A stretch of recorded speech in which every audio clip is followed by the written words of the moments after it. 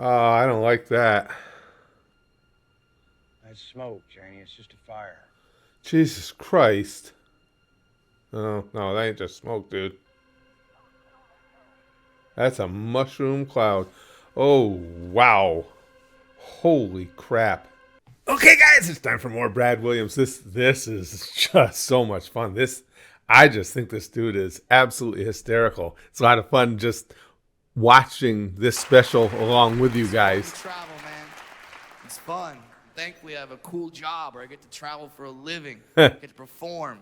And the most rewarding time I ever had in my life was not too long ago. I got to perform in the Middle East for the soldiers. I did a USO tour over there. Oh, that's cool. It was the best. Very cool. Soldiers are the best audiences. They don't give a crap about political correctness. They just want you to laugh. They want you to be honest. They want you to be true. They have to have a good sense of humor. You do a job that serious, you have to have a good sense of humor. Agreed. I got off the C-130 plane in Afghanistan. Group of 5 soldiers there to meet me. They walk up, they're like, "Mr. Williams, we're so happy you're here." I'm like, "Fuck yeah, you guys want to laugh, right?" They're like, "No, you're a midget. We want to do some fun shit with you." Right, like was there a meeting the day before? Like some commanding officers on stage, "We have a dwarf coming on base tomorrow. Need some ideas for some fun shit to do. Henderson, what you got? Do we have any large cannons? Good idea, Henderson." I ask him, like, "Guys, what sort of fun shit Something do you want to do?" for them to play They say, with. "We want to take you on a Blackhawk helicopter." I'm like, "Yes. I'm going on that." And I tell that to my friends. They're like, "Brad, weren't you scared?" No. You have to understand who I am, the life I've lived. I'm the guy that when I go to Six Flags, I can't ride half of their shit. And now the U.S. government Solid said, point. "You see that death machine? Do you want to hop on?" Erection. I'm good.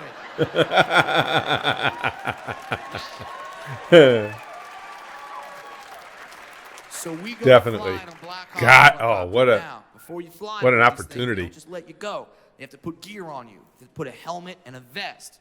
And apparently, there's not a lot of midgets in the military. Helmets and vests are not made by Oshkosh. They are not made by Oshkosh. First of all, the guy brings me out a helmet. He assumes that because I'm a little person, I have a tiny head. No. Wrong. I do not have a tiny head. I have a big fucking head, okay? I don't have dreams. I have movies. Okay? Hey, that's true for me. I got a Hang on, giant they're head. pulling I on never my thought of head. it that way. It doesn't fit. They're pulling it down. It doesn't fit. They have to get an extender strap for the chin and buckle it and buckle it and buckle it. Now the chin fits. That doesn't change the size of the helmet. The helmet is still sitting on top of my head, not protecting shit. It's not even a helmet at this point. It is a war yarmulke. I'm thinking to myself, great, I'm going into a country that has a lot of pissed off Muslims. And they war dress me yarmulke. like G.I. Jew. This is going to go well. Thank you, smart people, for laughing at that joke. Some of you got it. Some of you guys are like, "Wait, Jews and Muslims don't get along?" Kill yourself, all right? End it. Nobody likes you.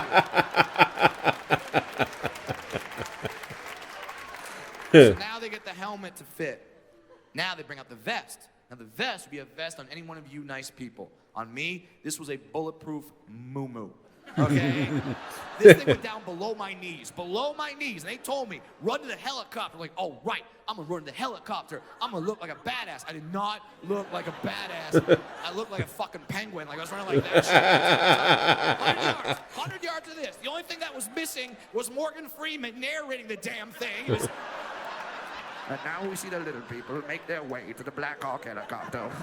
Oh, it's pretty As good. I'm running, I trip and fall in the middle of the runway. I know, I could end the joke right there if I wanted to. Dwarf down, hilarious. As I'm laying down, one of the soldiers yells at me, "Mr. Williams, you gotta get up. This area is surrounded by snipers. If you stay down, one of them is gonna take you out." Not scared. No, not scared of snipers. 2 reasons. 1, damn near impossible shot, okay? 2, you're not even gonna get the shot off. Could you imagine? You're a sniper, you're up in the hills, been there for days, Start you're giggling. scanning for the enemy, and all of a sudden you come across me? You're just up there like, "Okay, where the American, I kill the American, where the American, I kill the American, where the American, I kill the American."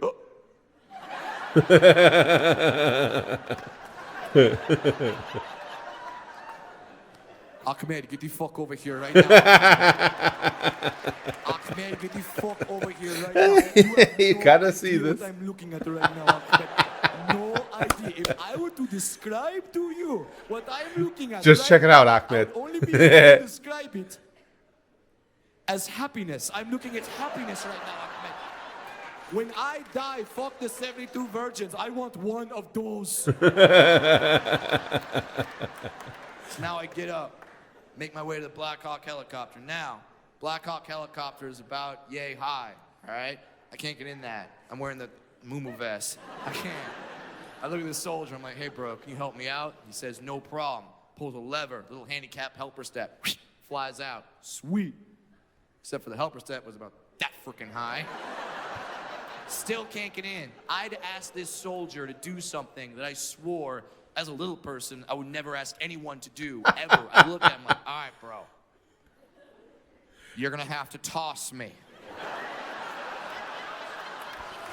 Oh, And shit. the smile he got on his face. We're gonna do some dwarf tossing.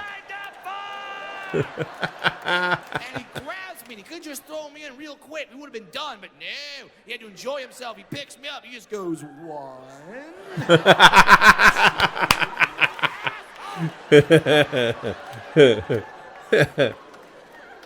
He finally picks me up. He tosses me in. I get in, sit down, buckle up, good to go. But before we start flying, pilot turns around. Pilot has a little speech for us. And this is the speech that I hear right before I take my first helicopter flight in Afghanistan.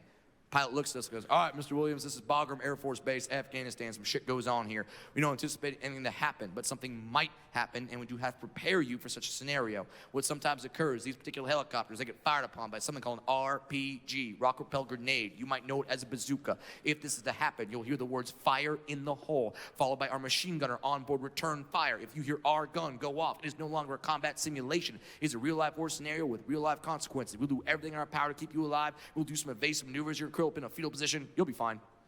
You'll be fine. Yeah, okay. I feel better now. You'll be fine. You'll be fine at the end, cinched it. I stopped listening after you said bazooka. Now I'm scared. Now I'm terrified. But I can't show fear. I'm on a helicopter with a bunch of 18 and 19-year-old badass Marines. I can't be a 30-year-old man like, I don't think this is a good idea. So I'm like, all right, Brad, just shut up. Try to be cool. Shut up and nut up. That attitude. Because we took off. Oh, my God, this was so much fun. We start flying over the base. Soldiers are describing the base to me, the function of the buildings. I'm cracking jokes. They're laughing. We're having a great time. Then we flew outside of the base. And you want to know what happens? When a Blackhawk helicopter flies outside of the base, you have to test fire the machine gun to make sure it works. They didn't tell me that. No, they told me you're the gun go off, kiss your when ass the gun goodbye. goes off, That's yeah. So we get outside the base, out of nowhere, you just hear, fire in the hole!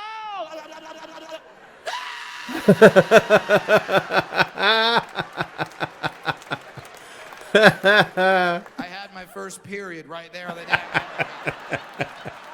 Attaboy. I was looking around like I hope Kotex comes in camouflage. This is a heavy flow day. I had fun there, man. I had fun. I learned a lot. I thought we only had American troops over there. Not the case. We have a lot of different soldiers from a lot of different countries over there. I got to meet and talk to these brave young men and women. And oh man, ladies, now I know what you mean when you say you love accents, because yeah. I talked to this one British soldier for like an hour, and I'm just staring at him like, don't ask, don't tell. And it was that sexy British accent, that South London Jason Statham type British accent. Oh my God, ladies, you could be on a date tonight, but if some guy taps you on the shoulder, you turn around and all you hear is, hey, I was looking at you from across the room. I thought to myself, there's a big looking bird right there. Let me tell you what, I'll go BMW 325R, back where I saw. We can go out there, shaggy rotten back here, 30 minutes. It's Shaggy like rotten. transporter, bitch. Hey. By the way, guys, I just preheated every oven in the room. You're welcome. That's a sexy accent. Now, just because you have an accent, do not think it is automatically sexy. There's a hierarchy to these things, okay? British, up here. Australian, up here. Indian. Yeah. Not the same. Yeah, no. Ladies, you're not going to have the same reaction if you turn around and all you see is, excuse me, my little delicate desert flower. I was looking at you from across the room, and might I say, you are so exquisitely beautiful. That if He you does were to be good my dialects. lady, you would be more sacred Damn. than a cow. That's romantic. Oh, yes. Oh, Next yes. level. More sacred than a cow, baby. Some bad things to you. I would. If it were up to me, I would take you home, split your legs, and I would eat you like curry. Yes, I would like to. Oh, come on, I dude. cannot talk dirty to a woman just because I'm Indian. Let me tell you something. I can talk dirty. I would say some filthy things. I want to bend you over, grab your hair, then whisper something soft and sexy in your ear like, who's your customer service representative? Who's your customer service representative? Put on hold, I will put you on hold.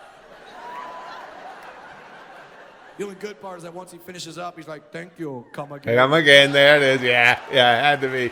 It had to be. That was good. Boy, that dude is such a good storyteller. The whole Blackhawk thing was hilarious. And like I said, his dialects are excellent. That was good. I just can't wait for more.